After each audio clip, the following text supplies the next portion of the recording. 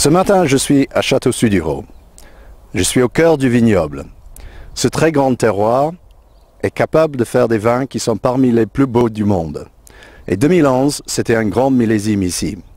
Mais pour faire un grand vin, ce n'est pas seulement une question d'avoir un grand terroir. Il faut aussi des gens remarquables. Je suggère que nous allions maintenant au chai de Sudireau, où je vais parler à Pierre Montaigu, qui est le directeur de Château-Sudireau, et il va nous expliquer pourquoi 2011 était un très beau millésime, et il va nous dire quelque chose sur les caractéristiques du Sudireau 2011. 2011 a été une année très contrastée et compliquée pour nous déjà à la vigne. Nous avons eu un été très sec. Et puis, tout d'un coup, au mois d'août, beaucoup de pluies se sont abattues sur le vignoble et ont déclenché de la pourriture qui, malheureusement, n'a pas été tout le temps noble. Donc, pour pallier à cet inconvénient, nous avons fait un très gros travail avec nos vendangeurs sur la première trie pour séparer le bon grain des grains affectés par cette pourriture grise. Ensuite, la chance est revenue avec nous et un très très beau mois de septembre, très chaud, a permis une maturation et une botrytisation idéale, et la deuxième trie est là vraiment quelque chose de magnifique en 2011 et représente plus des 3/4 de la récolte totale. Et nous avons terminé en début octobre, ce qui est quand même très tôt pour nous, presque un mois plus tôt que l'année d'avant. Et nous avons terminé par une troisième petite trie d'une bonne qualité. Mais vraiment, c'est le cœur des vendanges, c'est passé à la mi-septembre, et c'est ce qui fera la qualité du Sudireau 2011. Aujourd'hui, nous avons le vin qui est assemblé. Il a donc fini sa fermentation et commencé son élevage en barrique.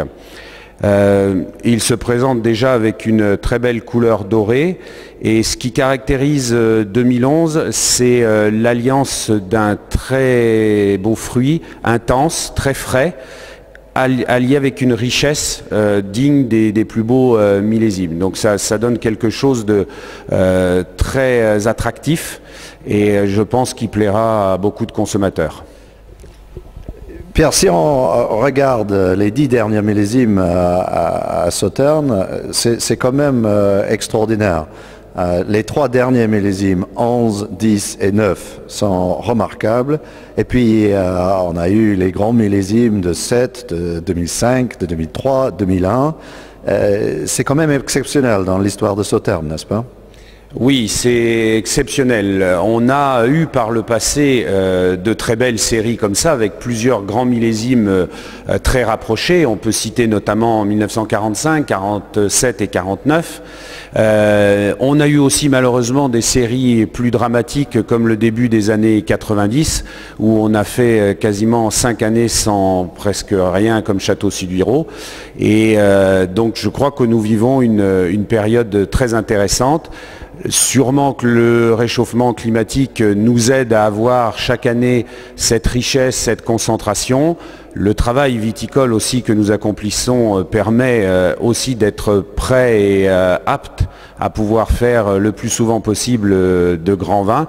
Mais je crois que vraiment il faut être conscient de la chance que nous avons et d'en profiter en dégustant ces derniers millésimes. Donc on peut dire que nous vivons un âge d'or à Sauternes. Hein? Exactement, et c'est comme la couleur du vin. Voilà. Parfait. Merci beaucoup.